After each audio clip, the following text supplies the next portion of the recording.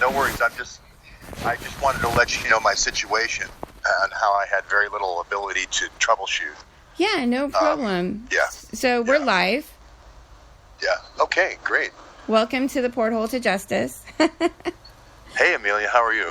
I'm good. And thank you so much for coming on. I did several introduction shows prior to this, and I was sharing about Webb investigations. And okay. You've done some really extensive connecting the dots type of work, and I'd love it if you'd share some of that with us. Sure. So today I'm I'm in the process of filing a lawsuit against what is aspiring in Congress. So it's a ringleader by the name of Imran Awan, who's working kind of on behalf of Debbie Wasserman Schultz to, it looks like, dope phones as well as laptops in Congress for the equipment that Congress gets, as well as maybe other people that are involved in the defense community. Maybe people that are involved in large military bid situations in the Defense Logistics Agency here in Virginia. And so we're working with a lot of data sources that have not come public yet. We're trying to discover those data sources through this lawsuit. It's a civil lawsuit. I've tried to intervene in the criminal case where the prosecution wasn't pursuing these crimes, but we've kind of shifted over to a civil lawsuit that we'll be filing here soon, probably this week, in the District of D.C., downtown Washington, D.C. Wow. So you're kind of like, what do you? Okay, I have like a couple of questions I have a lot of questions I want to ask. Sure. And I didn't know about the lawsuit, so okay. It's always good to give your listeners the latest and greatest, right? Yeah. So yeah. You're breaking the story. You're breaking the story. Yeah, I didn't know about the lawsuit, and I'd love it if you keep me posted on that for sure. So I guess what I wanted to ask you about was the Chicago political police organ trafficking, all of that sort of, I think you've done like 200 stories on Jasmine Holland or Shaka Shakur? No. I recognize those names, I think, as rappers. I think is that the station there? I'm sorry, I'm in a lift. I think I think I recognize those people as rappers, but that I've never done any shows on them. I think Shakur is probably Tupac. Is that Tupac? Yeah.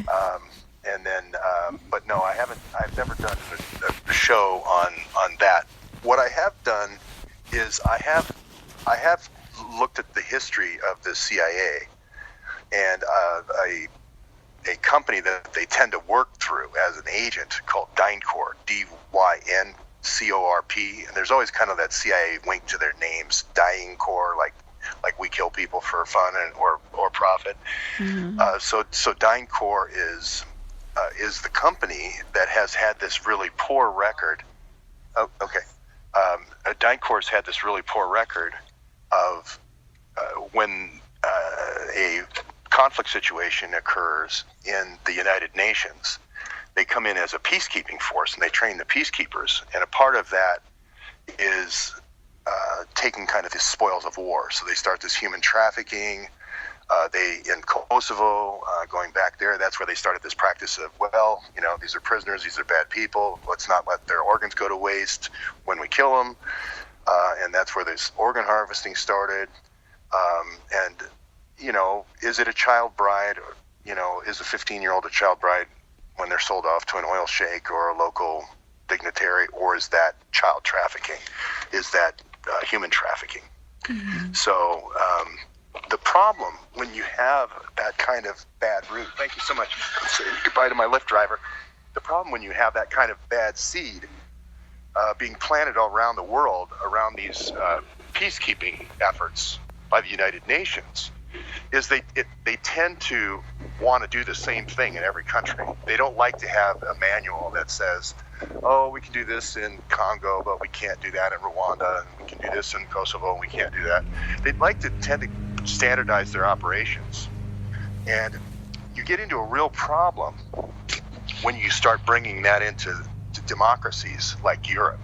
Mm-hmm. And then you start bringing that into democracies in North America like Canada, Mexico, and Haiti. And then you're especially troubled when you say, well, a couple of spots in America wouldn't hurt. You know, we could do a couple of spots, and Chicago just happens to be the kind of the test market. So if these prisoners are going to die anyway, they're really, really bad people, their organs are going to go to waste. Mm-hmm. So is it really organ harvesting, or is it them just being good stewards of dead bodies? You know, there's arguments. You know, it isn't just black and white. I'm not saying people are being killed for their, you know, organ harvesting. What I am saying is there are people who actually think they're really doing a great service by anticipating the death of prisoners in Holman Square prison, which is a dark prison. It's a secret prison. It's very much like a torture center that the CIA would have built secret prisons all around the world. They typically do this through DynCorp or some third party. Mm-hmm. And then they psychologically torture these people, psychologically operations, sometimes physically torture them to where the person wants to commit suicide. And yeah, well, we see, you have a body now and you have organs. So that's kind of how it works. Yeah, and that's where we see the targeting, you know, going on, I think. When it starts, you know, it's becoming more and more prevalent, George, like where people are noticing it in their own communities. They're noticing the tactics now. They're becoming aware. And well, I think a couple of key reasons. What you're talking about is called low-intensity operations or low-intensity conflict. People can Google low-intensity conflict if they want to see. But the idea is soft war. You don't have let's say, the congressional approval or the international approval for hot war. So that shouldn't stop you from still getting what you want from the country. So you declare this soft war or low-intensity conflict. Mm-hmm. What it does basically is you infiltrate all the government, all the people in the government, especially prisons and any type of law enforcement. You infiltrate, like we have done here in the United States with the JTTF. And these are people that look like police officers. They act like police officers. They have guns. They have badges, but they're the nighttime police officers that really never go into the office. They never report. They don't know anybody else. They never are trained in the things that you think normal police procedure would train in. They're a secret prowler team. They're a night force, kind of a prowler team. And these are the people that do harassment. And this has been around. My dad was in World War II. The Japanese had harassment troops that would come in every night. This has been a part of psychological operations and warfare for a long, long time. The problem comes when you privatize. When you start privatizing independent security companies of, let's say, 20 to 25 people. A lot of times they're extended families, 2 or 3 extended families with all the people in the family. And you make this a company for security, and DHS hires this security company. Now you have people who are not sworn actors. They have the incentive, like private prisons, they have the incentive to privatize surveillance. They have the incentive to privatize harassment, right? So these private security firms are the problem. Sorry, there's Canadian geese flying over me. Must be getting cold for the winter. And Dana Priest from the Washington Post, she won a Pulitzer Prize for the incredible work she did on the series called Top Secret America. Top Secret America, she said there's 2,000 of these private firms. Well, and she pointed out this is not necessarily, this is kind of like a private secret police. They're not sworn, there's no oversight, there's very little reporting on JTTF teams. They work through these fusion centers, so they're given all this information about their targets, but there's no accountability. They use this PRISM system everybody's familiar with from the Snowden thing. And you know, it's kind of like I usually cover CPS corruption and the pedogate aspect within CPS, but I liken it to the similar to like social workers. They're very compartmentalized. They get all this information and they think that they're doing a good service to the communities. Oftentimes, the children that really need the services are being neglected and left to die, and then the good parents are being targeted. And we see this very often, and it sounds similar to the way these secret police operate as well. Yeah, I mean, DynCorp teaches this surveillance, so you can go to their book and you can see their training manual. It's just basically the Army PsyOps manual that I think you put on your website. General, what's his name, Reamer, R-I-E-M-E-R, the PsyOps manual of 2007. Yeah. It's basically DynCorp just remarkets that. They tear the top sheet off and they put their logo sheet on the front of it. But it's the same idea. The idea being that these are political targets. These aren't targets for people who've committed crimes. I want to be very careful about that. They're usually journalists. You start with journalists first. Mm-hmm. People who are not, don't agree with you, who like for whatever side of the political spectrum. And then you slowly just use these different groups to introduce havoc in their life. It's called disruption. Some people call it the program. Some people call it decomposition. They called it in Germany, they called it decomposition. But it's basically soft war, opiate targeting is, get the person on drugs, get the person to use, allure them into try to get them basically to kill themselves. There's street theater, there's many different tactics. You had even mentioned to me that there's actually like a Pokemon game. Well, what I'm saying is you could write applications for the best things in the world. I could put out DHS and say, I want to write an application called Amber Alert. Amber Alert's going to be great. It's going to send a message to all these law enforcement. We're going to look at suspicious persons. We're going to send yellow alerts. We're going to send orange alerts. It's going to be great. And the people writing that application think, hey, this is really a great idea. And this is exactly what happened, by the way. DHS did commission, and they did write Amber Alert. But now all I need to do, if I'm a bad actor and I want to target a group, is just change the list that gets my texts. Mm. So you go into an area, let's say you're a targeted individual, you go into an area, I send out a yellow alert. Now, yellow isn't going to be seen at the same level as amber, but it's going to be seen by certain groups.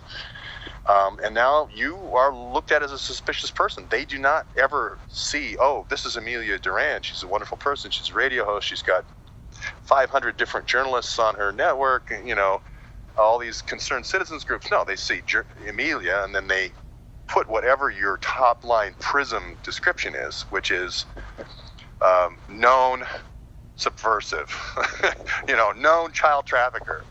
Well, it poisons the well with these private groups. These private groups get paid based on intersecting with you, crossing your path, basically. Mm-hmm. The whole idea in low intensity is to cross a person's path, get in their way, create noises, just get, constantly bother them so they can't sleep. They never have a moment of peace.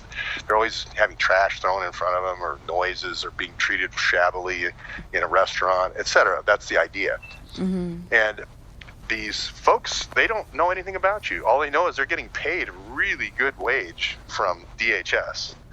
And if I write an application, let's say like Pokemon, or whatever, that, you go get the Pokemon, and you get mm-hmm. points, why couldn't I use that same application, that same code for harassment? Mm-hmm. Instead of being all happy, oh, I got the Pokemon, you basically drop a piece of trash in front of the person, or swear, or yell, or do something to accost the senses of the target.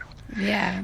A lot of people don't know about the Amber Alert, they don't put out Amber Alerts for civilians. So if you have a civilian child that's gone missing, they don't put out an Amber Alert. Amber Alerts are only for children that go missing within state custody.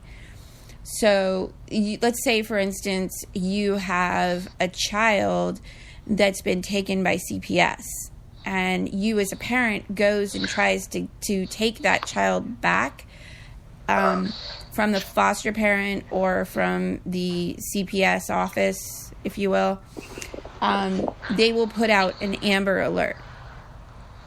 I didn't know that. Yeah, that's terrible. Well, we only what the DOD puts out and what CIA puts out, or JTTF is basically the CIA in the United States, which is an infiltration kind of into the FBI. We don't know about yellow. We're not trained in yellow, right? Mm-hmm. We don't know about red or what red means either. But there are those other two colors too. It scares me to think what red means, but I think that we've got a situation where all your information is collected on you. It's kept by a pretty extreme group of a pretty extreme sect in Utah through Booz Allen, this FLDS church, which has nothing whatsoever to do with the LDS church, other than they recruit targets out of LDS church. Yeah, they target you out of the Mormon church. That's where everybody gets confused, because it's the FLDS, which is the Fundamentalist Latter-day Saints, and they are targeting actually people in the LDS church with normal Mormons, basically. It's really this is the Evan McMullen wing of the CIA, where it's literally pull wings off flies to see when the fly dies, and just this morbid fascination the CIA has with death constantly. New diseases, new viruses, new cancers, always just thinking these things up so they can think up a cure, and we're going to make money, we'll release this virus, and all that kind of just totally macabre, sick mind. This is why Kennedy said, and Arthur Schlesinger, who researched it for him, said the CIA is sick, and that's why Kennedy wanted to break into 1,000 pieces. Well, that was 50 years ago. The last person to challenge the CIA was John F. Kennedy 50 years ago, 52 years ago, or 55 now. So all we've done since then is improve the systems for collecting information about the targets, and also improving the targeting system. Right? We can intercept your emails and mess those up. We can intercept you physically, mess up your relationship. We can mess up your house. We can mess up your car. We can mess up your job situation. All very subtle, all very, very subtly. But over time, it degrades the person or decomposes the person.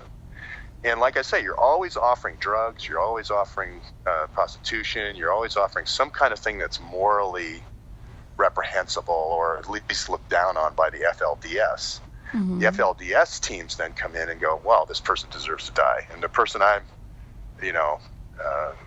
beholden to is God, not the laws of the land. And that's exactly how the system works. On the East Coast here, it's the Brotherhood. Now there's 7,000 of these things, so not just FLDS, it's not just the Brotherhood here, it's hundreds of groups. But this whole idea is what I call gangs for security. Somehow thinking that if you have a gang that rules a neighborhood and you have control of that gang, somehow that creates order, right? This is kind of sick, because it's like, okay, well, anybody acts up, we'll use this gang through us, through DHS, we'll use this gang to get them, and that's really what we've got. And we really need to Trump just needs to unplug the private security firms, immediately stop paying any private security firm, and then 99% of this problem will go away, because you're paying people to target, you're paying people to harass, you're paying people for when people commit suicide.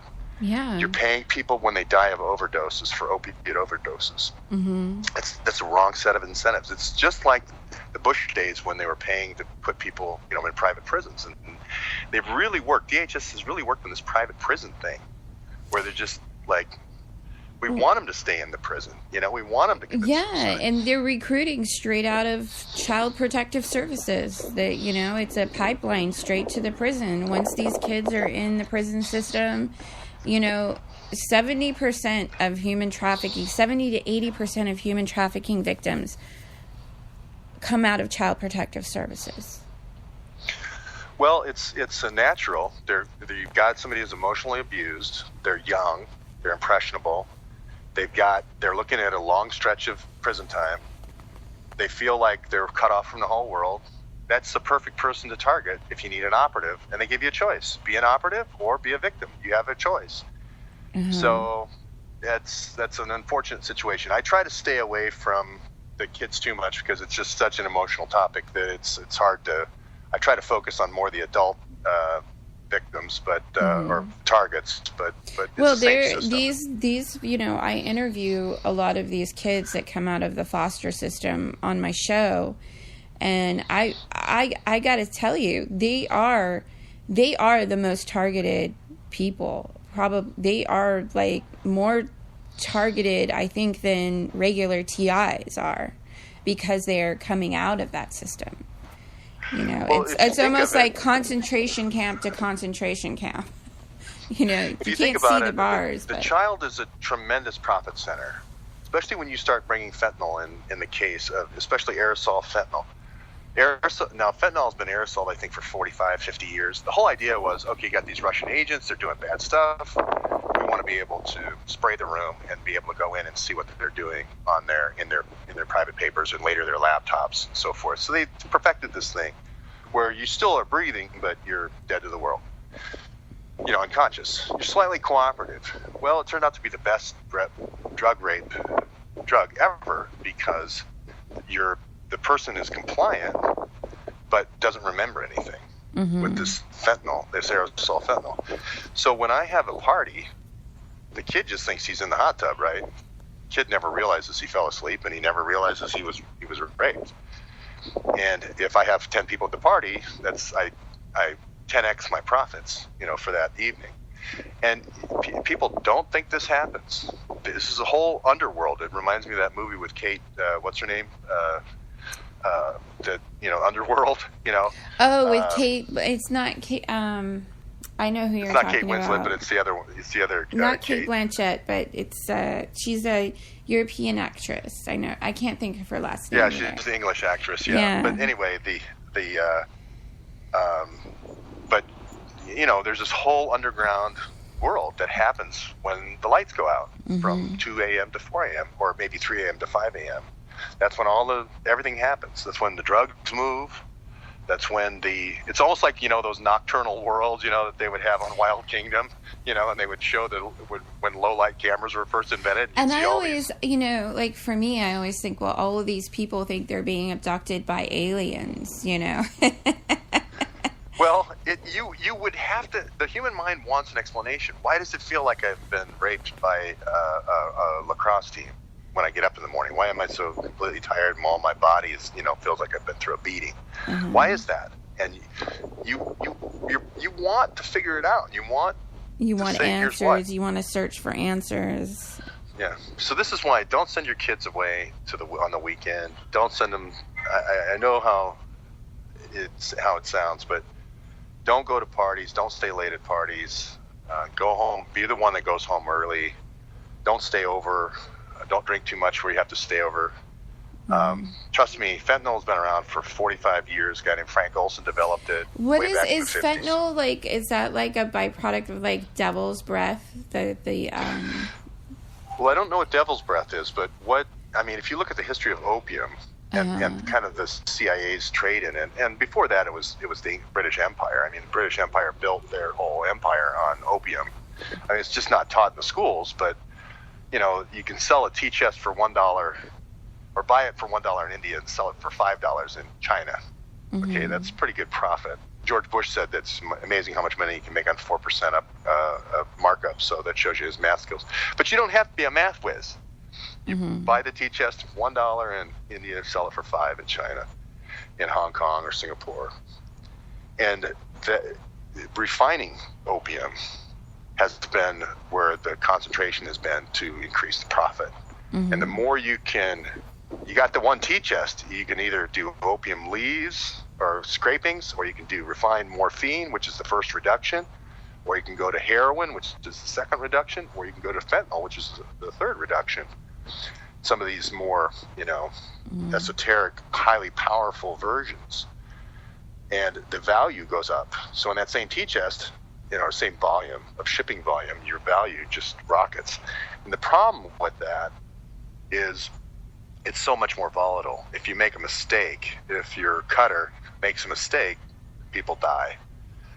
And we've seen that. We've seen a 500%, 540% increase in opium deaths over 3 years. The New York Times came out with a piece this summer in June of 2017, and they said we're off the charts for 2017. The early numbers are in for 2017. It blows away the 500% increase. So we're literally on a vertical line right now. If you see the line, it's almost vertical. Because it's becoming, for me, I mean, I've lived a very kind of unique kind of shut-in lifestyle where, I do a lot of my art and my work, and I work from home, and, I live very, I have a very, I don't tell people when I'm going, really. Yeah. And, or if I tell them afterwards, after I've already gone, but to hear that this is happening, more and more prevalently to more and more people, and it occurred to me that, wow, the human trafficking is really escalating. I mean, locally into local communities. And, I'm data mining and I'm profiling these cases, and it's not civilians that are committing these crimes. Oh, it's all degenerated. I mean, they think of this as security. But let me ask you, if you go to your local DHS grant, they give these block grants. It's not only militarized with all these, big vehicles, these 20-ton vehicles, and all these bulletproof vests and armor-piercing bullets and M16s, but it's also night vision goggles. It's also these lightweight, breathable gas masks. It's also fentanyl grenades. It's also, and they're training youth. They mainly go after training youth. So these cadet programs are what they use typically. And they want to get these kids committing crimes early, before your brain kind of has this kind of prefrontal cortex to be able to make, moral decisions. Mm-hmm. They want the boys, especially, they want the boys at about 15, because they'll do anything that, if the sergeant tells them something, mm-hmm. enough, blanks out for Harambe, they'll pull their blank out for Harambe. They don't argue, especially if it's kind of an alpha male yelling at them. They'll pull their blank out for Harambe, and they'll rape the girl. And the teams typically are 3. Sometimes you have 6, mm-hmm. but typically 3. There's 2 that are kind of in training always. There's 1 kind of handler that's kind of like a trustee. Usually teams of 3 and a Harambe, and this is happening right now in America. People think covert action doesn't happen. It does, and you have to practice. You have to practice. Otherwise, when the day comes when there's an insurrection, nobody knows what to do. But this is a reality. This is a culture that's sort of the undercurrent underneath the Disneyland sort of facade, if you will. I don't know how to. I mean, I know it seems far-fetched, but if you just look at it and say, go to your local cadet training camp or whatever, little police training camp in the summer, and look at what they have. Mm-hmm. They have Narcan. Narcan is an antidote to fentanyl. Now they're going to say that's for quick treatment of victims who've overdosed. Well, okay, that's a good cover, because they're not under fentanyl when they go into a place. This was all developed in the 70s. The British intelligence, the MI6, used it quite a bit in Ireland. A lot of it was used in Israel, which I'm more familiar with. And you have a little device that you can put under the door to deposit late at night, or you have a bit of an ability to intercept the fan and the air conditioner, the blower and the heater. There's a whole bunch of different delivery mechanisms to sedate everyone in the house. There's the Port and Down experiments in London did this in the 50s. Whole communities where you could spray a whole community, and then you go more localized, and you drive by with cars that do a little. Yeah, I remember that story. There was one incident where they sprayed LSD on a whole community. and they thought it was the bread or something. Yeah, that was in France. That was in southern France. And there was actually the one community that I think resisted CIA kind of intrusion into an area. And it was not the bread. I mean, you have to realize that it's sort of the coincidences of everything that's occurring. You have to look at what occurred in France. With the Jacobins, and I think it was Robespierre during that whole thing, and then we see these fires in Los Angeles, and we have more and more frequent trafficking going on.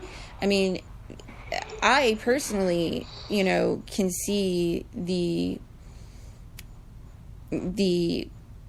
similarities of some of these crimes that are occurring currently right now. Well, I don't want to come off as a conspiracy theorist, because the New York Times called me that, and CNN called me that, and Washington Post called me that. So all your listeners have to keep this quiet, because I'm a normal journalist by day, and I just have this conversation every once in a while when people want to know about the more serious covert activities. So don't tell anybody at major newspapers about this conversation. But you're on live radio. Yeah, I know, but just keep it quiet amongst your 1 million followers, okay? But if people do want to know about covert activities, prowler teams, the Secret Service had a prowler team program, red teams, CIA has had red teams. If you think about it, you have to develop these programs for certain countries where we don't have clearance, to have a hot war. We need the subtle war. We need to go in, we need to put all the drug dealers to sleep. We need to take all their weapons from them and arrest them when they wake up, right? I get that. I understand the DEA use of this and so forth. The problem comes when those guys retire and then they get recruited into these private corporations. That's when the problem comes in. When you have a prowler team on your local police department that really aren't police, that they're criminals that have been given. They're secret police and secret. Yes, exactly. They're an extension of the CIA in the United States, and that's the problem. They look like police. They sound like police. They have badges. They have guns, but they're not police. Mm-hmm. And they're running around setting up these parties, the sex parties. I worked the Long Island serial killer. The courts are totally complicit with this, all of this.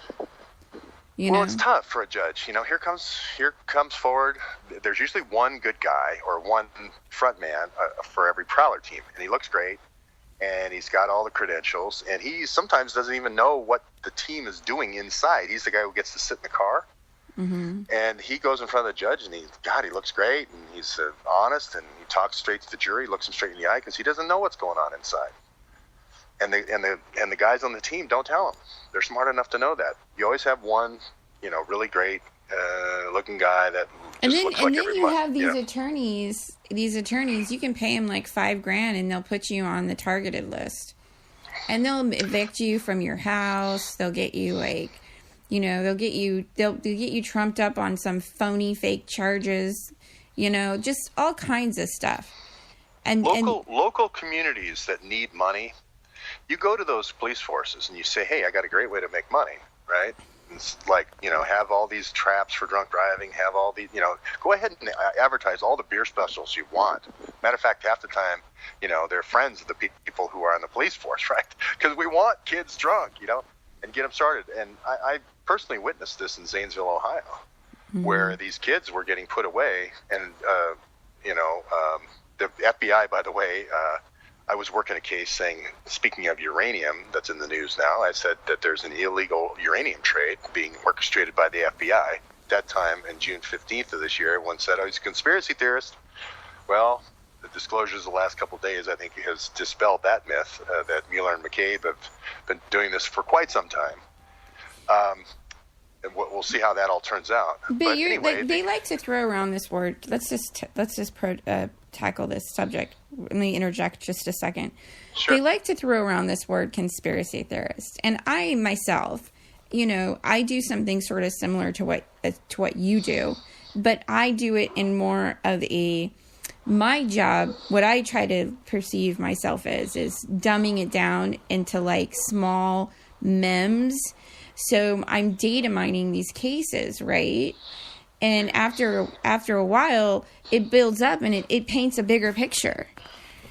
That's not conspiracy theorist. And I just want to say this for my listeners out there. George Webb does something very similar to what I do, except on another spectrum. And he does an absolutely thorough job. I mean, I was blown away, to be honest. I'm like, this is incredible. I mean, you get, this guy's like a genius. And you'd be surprised how smart people think you are when you repeat what smart people say, which is what I do. I repeat what my contributors say, and I take the best, and I do that 5 times a day, and you'd be surprised how smart you sound after you repeat smart people. That's all I can say. But what you're saying is very true. But it's not so transactional. The only thing I'd say it's different. You don't pay the attorney $5,000 to get on the crap list. What you do is you have a tips line in your local neighborhood, and you have a neighborhood watch, and you start saying, hey, we're going to do this, we're going to do that. They need to create this parallel. And these are like community watch, what the layman would refer to as like a community watch, or for us, it's like it's called a fusion center, and there's one in every city, every county. The fusion centers are in every state, usually every state capital and every large city. So there's about 100 or 85, I think, something like that. But each neighborhood has their own neighborhood watch. Mm-hmm. And what you do is you call 1-800-TIPS, and you say, so-and-so suspicious. He's putting up a radio antenna in his backyard. He looks suspicious to me. Now the police have probable cause. So see how it's kind of a dodge of our Constitution, right? Mm-hmm. So now I can add to that file. Once I get you on that file, I have to have somebody else get you on the file. If you're on the target list, somebody else still has to put you on there. Now I can have somebody else come in and say, oh, by the way, he put 3 wires on the antenna, and he looks like he's transmitting, secrets or something, and it accretes, so that you constantly build up this file. Well, you have other people looking at your communications. Is he, talking? Is he lonely? Did he just lose his girlfriend? Let's offer him sex. Is he, let's offer him drugs. Let's, introduce these people. Yeah, intercept. Yeah. Yeah, and there are people who, I mean, I get it. Now, I get it all the time. Yeah. I get like, I'll have these guys walk on the scene, and this is why I've stayed single for 6 years. To be honest with you, I'm talking to you a little bit personal right now, because it's the same script over and over again. Yeah, and it's clever in the sense it's compartmentalized. But I would be interested in hearing the script. Go ahead. I'm sure your listeners want to hear it too. Oh, it's always, it's just like you say, they watch your emails, they see who you're talking to. And usually if I date, or if I even get into a relationship, immediately I get cheated on. Or they're intercepted by, whatever. So, yeah, I mean, it's always the same script, and it's been that way all my life. And so I just learned, look, I don't want to keep living this script. It's really awful and painful. Well, I mean, you can imagine how easy this is, right? You have a person who's, let's say, been arrested for drugs, and they're looking at 5 years because they were selling. Now I say, look, if you work with me as an informant, and they call this deferred prosecution agreements, or DPAs.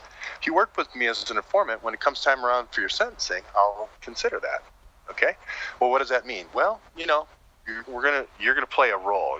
It's called role players. You're gonna be a role player, and they have surveillance role players and different role players. So here's the role. We're gonna teach you. We're gonna go to a course over the weekend. You're gonna be a role player. You're gonna be the honeypot role player, and your job is to go home with this guy, okay?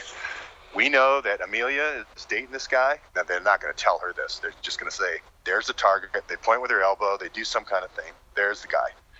Make sure that, when she goes to the bathroom, you get in there, give her your phone number, right? Could be just that simple, or it could be the hard close, go home with them tonight. Mm. But, that happens. And what's happening to you when you're constantly being cheated on is that people, they're watching this and, hey, okay, we need to break this up. It's constantly trying to diffuse. The key is anytime anybody is in a comfort zone, you want to get them uncomfortable. So if they're happy in a relationship, break up that relationship. If they've got a wife, break that up. If they got a job, break that up. If they got a nice car, break that up. Slowly, not all at once. Have little things go wrong with it, so they finally are bicycling, and break the bike, and then walking. The other thing is old scripts, like something I did in my 20s, like really stupid. I can never live it down. Yeah. Well, how would that come up? I mean, just people bringing it up to you, and they like random people will just know something I did as a kid, just to creep you out. They want to get you to react. Yeah. Well, that's all psychological operations. Is you want to create an environment where everybody is against me, and create this paranoia. They want to get you to a doctor. Key thing they want to do is get a schizophrenia diagnosis, and they want to get you on the drugs. That way, when you do commit suicide, when they do get the target to commit suicide, it's like, well, they were mentally ill, they were having mental troubles, and they were off their medication. That's the classic. They were off their medication. Well, we've heard that one before. It's a meme, and, you move on. You read in the paper, oh, they're off their medication. I'll tell you, I was in Ohio. I was talking about this secret uranium trade. The FBI came and hunted me down. It says it right. Chris Whitaker, JTTF, hunted me down. Came up with a parallel construction, lured me out of a hotel. I fell asleep in my car. They arrested me for, sleeping in my car. And I had a chance over 2 days to spend it with these kids, going up and getting sentenced for opiate possession. And they were giving them 180 days. Boom, 180 days. One beautiful girl, 20, 21 years old, mother. Mm-hmm. The judge just screaming and yelling at her. No attorney. They didn't tell anybody they had an attorney. You're in a small room with a police officer behind you, video only. And she came out with that look in her eye like she wasn't going to see her baby for another 120 days. And I could tell, she wasn't, I'd seen her, we'd talked. She wasn't a bad mom. She wasn't out there doping up all the time. She just, all she thought about was her baby.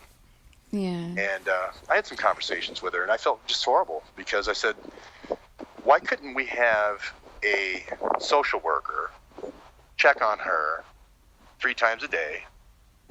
Just come in the morning, come in the afternoon, come in at dinner time. That's the thing. That's the thing is they take the kids. They really try to break you down. I mean, at the very least, if they can break you just to where they can recruit you while you're in jail into the human trafficking, that's profit for them. That's at least something. That's value. Yes.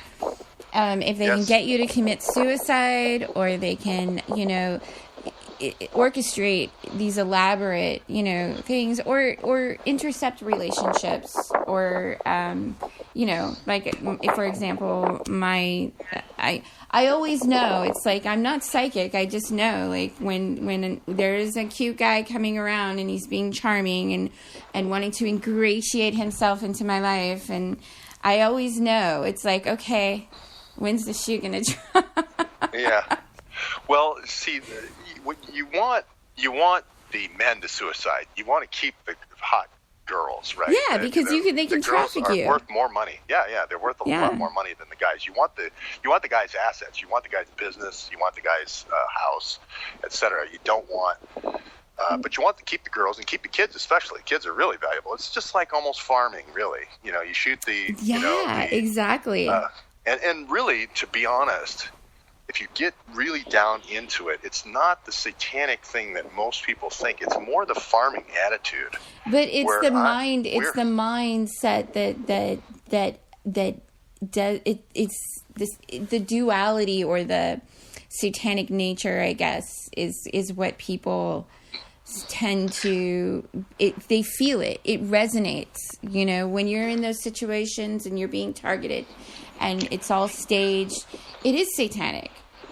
At the lower levels, it is, yes. At the lower levels, there is some kind of a charge or a rush to know that somebody's pleading for their life and they're going to die, and there is, if you look at the humiliation cycle that they put people through before they kill them, there's no other reason why you would do that other than you get a charge out of somebody pleading for their life, and you have the power that's the other thing too. I don't mean to interrupt you, but that's the other thing too. Like, we see these humiliation rituals all the time with some of the public figures, like Paris Hilton, Kim Kardashian. They have these, Pamela Anderson, they have these videotapes of them having sex exposed. These are humiliation rituals that are happening publicly. But this would happen to a human traffic victim all the time. They would be literally be passed around to everyone, and as well as with our actors and actresses. They may be at an audition, and that audition is filmed and it gets passed around the recording. It's a lot more prevalent and really embedded in our culture than I think people really realize or can wrap their heads around. Yeah, I go back to the Underworld movie, or there's a lot of these movies, where all this stuff happens at 3 a.m. to 5 a.m. Well, if you're asleep, how can you say that it doesn't, right? But why all the need for all the Narcan and night goggles, and all these home invasion technologies? But anyway, I would just say that people keep an open mind. Just ask yourself why the fusion center is there. What information are they collecting? Why does the FLDS Church need every one of your phone calls, need every one of your emails that you've ever written, all your Skype sessions, all your photos you've ever sent to anybody? Why does the FLDS Church and Booz Allen need that? These are not the U.S. government. These are not people sworn to take care of information. They're private contractors. That's what people don't understand. As soon as you introduce that profit motive, people are going to come up with all kinds of reasons why you're evil and need to die. And if you're Mormon, you have to ask yourself, why do they have to, come to your house every day? Why do they have to check you in at church and make sure that you're present? And it's on that level. Like, it's really on that level. People need to open their eyes. You guys need to wake up. A lot of people, they don't see it, and they're so heavily brainwashed that they just accept it as norm. I think really, what I try to do is, and I'm sure parts of this will be replayed at the trial that I'm about ready to do, or the lawsuit I'm about ready to do, which is very different. It's about spying, and it's about intercepting email from Congress and intercepting phone calls from Congress, which is very, very humdrum compared to all the stuff we're talking about. But in a sense, that is where you have to start. You have to start saying, look, you can't collect it all, NSA. You can't collect it all. Every person's phone call. We kind of had a little bit of a national discussion about that when Snowden disclosures came out, and then everybody said, no, let's renew it. So everybody renewed 702. So this is the thing where we have to go back. Ray of the FBI, the new FBI director, just made a speech in front of the police chiefs in Philadelphia, and he said there's 6,900 phones out there we can't crack because of encryption. That's a real problem. Well, why don't you get a search warrant first? It's called illegal search and seizure, and then you can hire Cellbrite or some Israeli company to crack the phone, which they can do fairly easily. But they just want to fight this encryption. They want to fight anything that would give people a private, the satellite is another thing. The technology for spraying someone with what they call a tagant, a TAGGANT. You do this in battle all the time. You spray the enemy, then you can see their movements. It used to be just for vehicles. You could see the car tracks and people. Well, no, now it's programmable matter. It's totally programmable. So let's say, okay, we spray that person and they have these the smart dust that's programmable, or even remote. They can program it remotely. If you look into some of this technology, it's really well, so what you're talking about with the smart dust, most of the stuff is passive. They push the smart dust to make everybody kind of seem conspiratorial, but most of the tags, stay on your shoes, stay on your clothes, stay on your coat, and they want you to wear the same coat every day. They want you to wear the same shoes because this stuff fluoresces, right? This is all, from satellites. These little cubic satellites are only 4 inches by 4 inches. They're little CubeSats, they call them. They burn up in the atmosphere when they fall into the atmosphere, but they can do some nice stuff with these tags. And we've had this technology a long time. So I drink this stuff. It's a protocol, and it's made from mineral salt. And what it does is it forms mucus around foreign bodies in your body. So once a week, on the weekends, I'll purge. I'll try to purge all this stuff out. And I have done shows on it in the past, but we're being sprayed. It's in our food. I mean, it's just you have to come to the realization that almost everybody's being exposed. I mean, well, and this is going to sound, this sounds very conspiratorial, but I am totally agreeing with you. Tag ants are old news in military technology, and the Navy lab here in Anacostia, here in Maryland, develops it, and they can luminesce on different frequencies and all that sort of thing. That's been around for tracking the enemy and the enemy's vehicles and the enemy's combatants for a long, long time.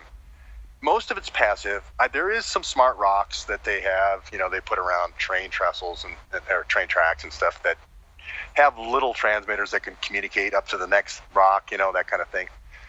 Passive, active transmitter technology, but I think it's more at the rock level right now. I don't think it's at the little tiny microchip level.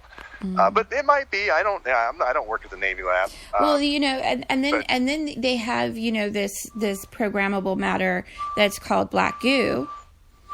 And a lot of your mainstream tattoo shops are using this ink with this programmable matter. I like that. That's and smart. It can be programmed remotely.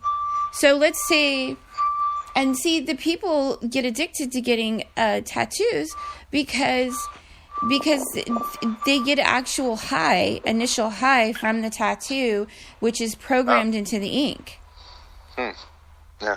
Well, originally, tattooing goes back to Egypt, right, for keeping track of your slaves, right? Yeah. So it's the whole promotion of all the tattoo parlors and everything was just genius. Whoever came up with that, it's just genius because it's just the greatest, non-invasive identifier you could ever come up with. I know, now, and it's not like, people.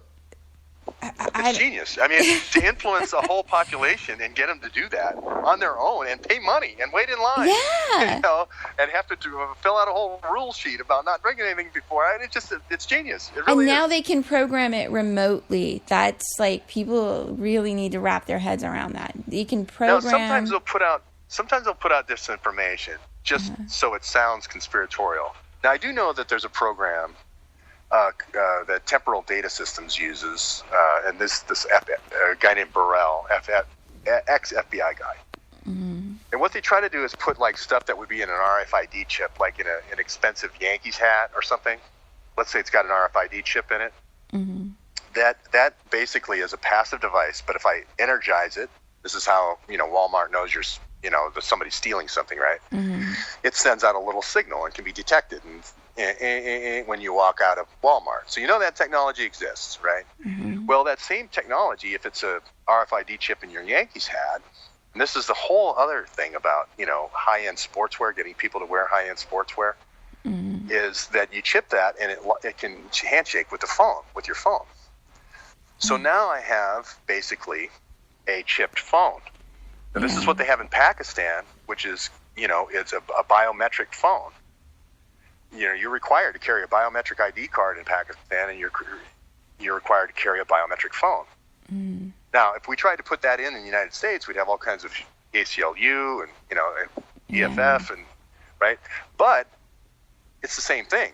I just need to come up with a program to encourage you to wear it, and I always have biometrics on you. The idea that the NSA just wants to collect it all, but they don't want to know where you are.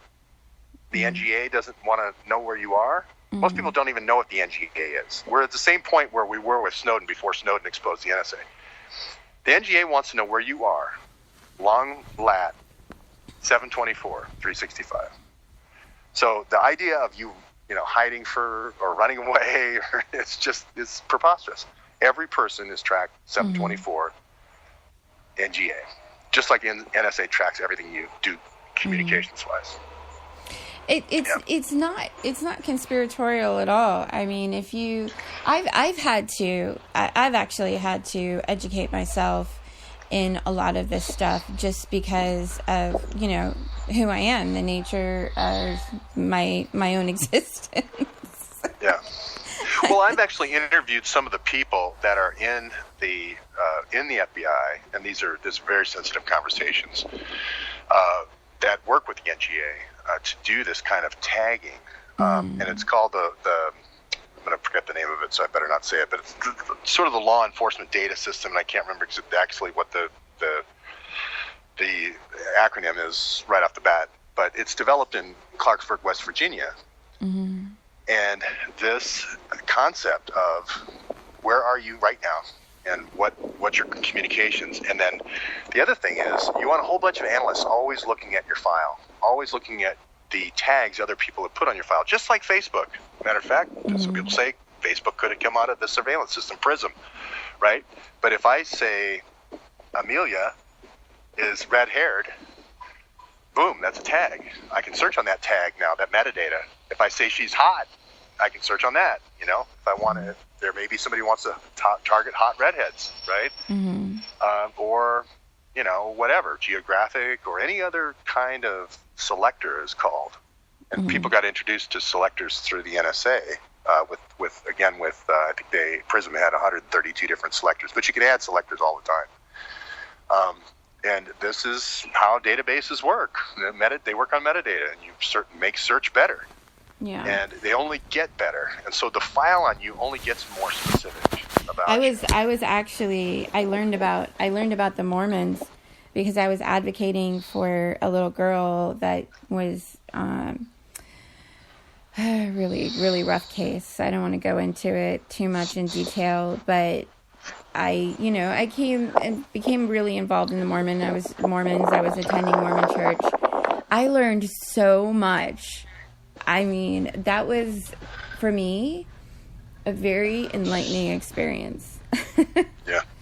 Well, let me just say it's going to be FLDS, and you're probably not familiar with it, but you'll do the research on it. And no, I know who you're talking about.